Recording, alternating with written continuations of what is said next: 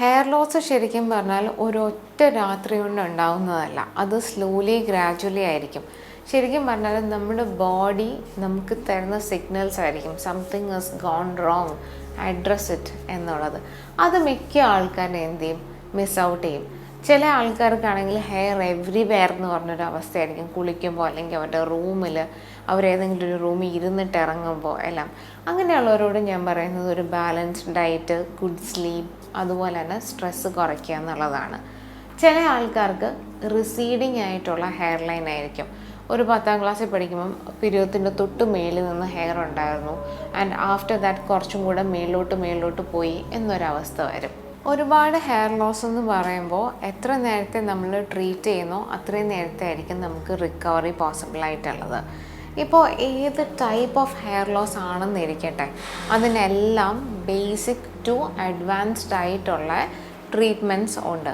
ഇപ്പോൾ receding type of hair line, അതായത് നമുക്ക് ഒരു 10ാം ക്ലാസ്സിൽ പഠിച്ചിരുന്നപ്പോൾ ഐബ്രോസിന് തൊട്ട് മേലെ തൊട്ട് ഹെയർ ഉണ്ടായിരുന്നു. പക്ഷേ ആസ് വി ഏജ് ആ ഒരു ഹെയർ ലൈൻ റിസീഡ് ചെയ്തും പോകുന്നു എന്ന് പറയുമ്പോൾ ശരിക്കും പറഞ്ഞാൽ അവിടെ ഒരു ഫോളിക്കിൾസ് എന്താ പറയുക തിന്നാവുകയാണ്, അല്ലെങ്കിൽ ഫോളിക്കിൾസ് ഡിപ്ലീറ്റ് ചെയ്തുകൊണ്ടിരിക്കുകയാണ്, ഇന്നാക്റ്റീവ് ആയിക്കൊണ്ടിരിക്കുകയാണ്.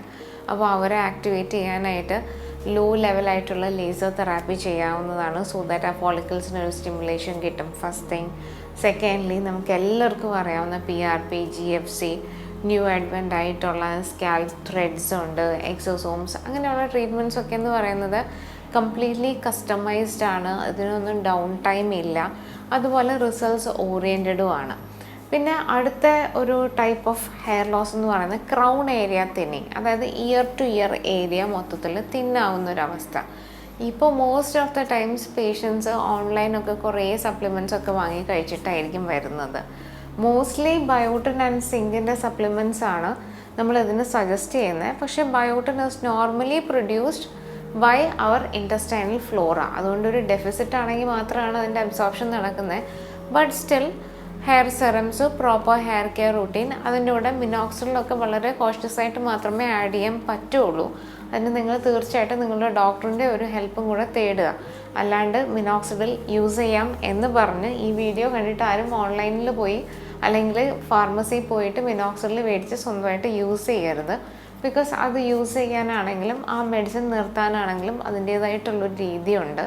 അല്ലാതെ നമ്മൾ നോർമലി നിർത്തിക്കഴിഞ്ഞാൽ വിപരീതമായിരിക്കും ഫലം. അതുപോലെ ഒരുപാട് ആൾക്കാർക്ക് ഈ സ്ട്രെസ്സൊക്കെ ഒത്തിരി കൂടി അല്ലെങ്കിൽ പേഷ്യൻസ് ഭയങ്കര ഫ്രസ്ട്രേറ്റഡ് ആയിട്ട് വരുന്നൊരവസ്ഥയെന്ന് പറയുന്നത് അലോപേഷ്യ ഏറിയേറ്റ അല്ലെങ്കിൽ പാച്ചി ഹെയർ ലോസ്. അത് ബിയേർഡ് ഏരിയയിലാവട്ടെ അല്ലെങ്കിൽ സ്കാൽപ്പിലാവട്ടെ ഒക്കെ പാച്ചസ് ആയിട്ട്, റൗണ്ട് പാച്ചസ് ആയിട്ട് ഹെയർ ലോസ് ഉണ്ടാകുന്ന അവസ്ഥയാണ് അലോപേഷ്യ ഏറിയേറ്റ എന്ന് പറയുന്നത്. അത് ശരിക്കും പറഞ്ഞാൽ നിങ്ങൾ തീർച്ചയായിട്ടും ഡോക്ടറിനെ കണ്ട് തന്നെ അതിൻ്റെ ട്രീറ്റ്മെൻറ്റ് എടുത്തേ പറ്റത്തുള്ളൂ. അല്ലാതെ ഒരു നോർമൽ ഡയറ്റ് അല്ലെങ്കിൽ നോർമലി ഉള്ള ഹെയർ സെറംസ് പറ്റില്ല. അതിന് തീർച്ചയായിട്ടും എക്സ്പീരിയൻസ്ഡ് ആയിട്ടുള്ള ഒരു ഡോക്ടറിനെ തന്നെ കാണേണ്ടതുണ്ട് പാച്ചി ഹെയർ ലോസിന്. അപ്പോൾ ഞാൻ ഈ ഡോക്ടറിനെ കാണണമെന്ന് പറയുമ്പോൾ പലരും വിചാരിക്കും ശരിയാണ്, ഒരു ചെറിയൊരു ഹെയർ ലോസ് തുടങ്ങുമ്പോൾ തന്നെ ട്രാൻസ്പ്ലാന്റേഷൻ ചെയ്ത് കഴിഞ്ഞാൽ പിന്നെ ബോൾഡിങ് എന്ന് പറഞ്ഞ ആ ഒരു ടെൻഡൻസി ഇല്ലയെന്ന്. ഇപ്പോൾ എനിക്ക് വരുന്ന ഒരു എന്താ പറയുക ലേറ്റ് 20s പേഷ്യൻസ് എല്ലാം പറയുന്നത്, ഡോക്ടറെ എനിക്ക് ഹെയർ ലോസ് തുടങ്ങി, അല്ലെങ്കിൽ ആ ഒരു ഫോർഹെഡ് റിസീഡിങ് തുടങ്ങി, എനിക്ക് അവിടെ അങ്ങ് ട്രാൻസ്പ്ലാന്റ് ചെയ്താൽ മതി, അല്ലാതെ എനിക്ക് എല്ലാ ദിവസവും ഹെയർ കെയർ ചെയ്യാൻ പറ്റത്തില്ല, അല്ലാന്നുണ്ടെങ്കിൽ ബാക്കി പ്രൊസീജിയേഴ്സ് ചെയ്യേണ്ട ആവശ്യമില്ല. I know hair transplantation is the ultimate എന്ന്. ഓക്കെ, ഹെയർ ട്രാൻസ്പ്ലാന്റേഷൻ ആണ് ultimate, but still hair transplantation എന്ന് പറയുന്ന എല്ലാ അവസരങ്ങളിലും നമുക്ക് ചെയ്യാൻ പറ്റുന്നൊരു കാര്യമല്ല, ഫസ്റ്റ് തിങ്. സെക്കൻഡ്ലി, മെഡിസിനിലൂടെ മാറുന്നത് അങ്ങനെ തന്നെ മാറ്റിയാൽ മതിയാകും. പിന്നെ ഡോണർ ഏരിയ അത്യാവശ്യം ഹെൽത്തി ആയിട്ടുള്ളവർക്ക് മാത്രമാണ് ഹെയർ ട്രാൻസ്പ്ലാന്റേഷൻ ചെയ്യാൻ പറ്റുക. ഇതുപോലെ തന്നെയാണ് സ്ത്രീകളുടെയും അവസ്ഥയെന്ന് പറയുന്നത്. എല്ലാവർക്കും ട്രാൻസ്പ്ലാന്റേഷൻ വേണം, ലോങ് ഹെയർ ട്രാൻസ്പ്ലാന്റ് ചെയ്യുമോ എന്നൊക്കെയുള്ള എൻക്വയറീസ് ആയിട്ടാണ് ഇന്ന് ക്ലിനിക്കിൽ വരുന്ന ഒരു 80% സ്ത്രീകളും ഉള്ളത്. പക്ഷേ ഒരു ചെറിയ രീതിക്ക് നമ്മൾ സ്കാൽപ്പിനെ ഒന്ന് കണ്ടീഷൻ ചെയ്ത് ഒന്ന് കെയർ ചെയ്ത് കഴിഞ്ഞാൽ തീരുന്ന പ്രശ്നമേ മോസ്റ്റ് ഓഫ് ദ ടൈംസ് ഉള്ളൂ. പക്ഷേ ഇതിനകത്തുള്ളൊരു കാര്യം, മോസ്റ്റ്ലി ഇത് സ്ത്രീകളാണ് ചെയ്യുന്നത്. നമ്മൾ ഒരു ട്രീറ്റ്മെൻറ്റ് പ്രോട്ടോക്കോൾ അതുപോലെ കസ്റ്റമൈസ്ഡ് ആയിട്ടുള്ള പ്രൊസീജിയേഴ്സ് പറയുമ്പോൾ ഇവർ ഓൾവേസ് ഓഫേഴ്സ് അല്ലെങ്കിൽ ചീപ്പ് ആയിട്ടുള്ള രീതിയിൽ ഒന്ന് ചിന്തിക്കുന്നത് മോസ്റ്റ് ഓഫ് ദ ടൈം സ്ത്രീകളാണ്. ബീയിങ് എ വുമൺ എനിക്കത് നല്ലതായിട്ട് അറിയാം. അപ്പോൾ ഈ ഓഫേഴ്സിൻ്റെയൊക്കെ പിന്നാലെ പോയിട്ട് സലൂൺസിലും ഒക്കെ പോയി PRP GFC പോലെയുള്ള പ്രൊസീജിയേഴ്സ് ചെയ്യുന്ന ഒരുപാട് പേഷ്യൻസ് ഉണ്ട്. ബോത്ത് മെയിൽസ് ആൻഡ് ഫീമെയിൽസ് ഉണ്ട്. അതിൽ സ്ത്രീകളാണ് കൂടുതലും വരുന്നത്. അപ്പോൾ അങ്ങനെയുള്ളവരാണ് കൂടുതലും ഇൻഫെക്ഷൻ അല്ലെങ്കിൽ സോർനെസ് ഓഫ് സ്കാൽപ്പിലൊക്കെ എൻഡപ്പ് ചെയ്യുന്നത്. സോ എന്താണെങ്കിലും നിങ്ങളുടെ ഡോക്ടറിനെ പോയി കൺസൾട്ട് ചെയ്ത് എപ്പോഴും സ്റ്റെറൈലായിട്ടുള്ള ഒരു കണ്ടീഷനിൽ മാത്രം മാക്സിമം പ്രൊസീജിയേഴ്സൊക്കെ ചെയ്യാനായിട്ട് ശ്രമിക്കുക. ബിക്കോസ് ഓൾ ദീസ് പ്രൊസീജിയേഴ്സ്, ഞാൻ ഈ പറഞ്ഞ പ്രൊസീജിയേഴ്സ് എല്ലാം സയൻസ് ബാക്ക്ഡ് ആണ്, റിസൾട്ട്സ് ഓറിയൻറ്റഡ് ആണ്. ഇതിനകത്ത് തന്നെ ന്യൂ അഡ്വൻറ്റ് കുറേ അധികം ട്രീറ്റ്മെൻറ്റ്സും വരുന്നുണ്ട്.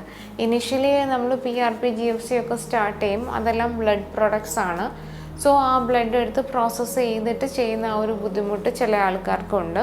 സോ അങ്ങനെയുള്ളവർക്ക് എക്സസോംസ് പോലെയുള്ള ട്രീറ്റ്മെൻറ്റും ട്രൈ ചെയ്യാവുന്നതാണ്. അതാകുമ്പം ബ്ലഡ് ഫ്രീ ആണ്, റെഡിമെയ്ഡ് ആയിട്ടുള്ള പ്രൊഡക്റ്റ് വരും. ഓൾ ദോസ് ആർ ലൈക്ക് അതിൻ്റെ പാർട്ടിക്കിൾ സൈസ് വളരെ കുറവായതുകൊണ്ട് തന്നെ അതിൻ്റെ ആ ഒരു അബ്സോർപ്ഷൻ അല്ലെങ്കിൽ ഫങ്ഷൻ എന്ന് പറയുന്നത് വളരെ നല്ലതും സ്റ്റാൻഡേർഡൈസ്ഡും ആയിരിക്കും. And that gives more results.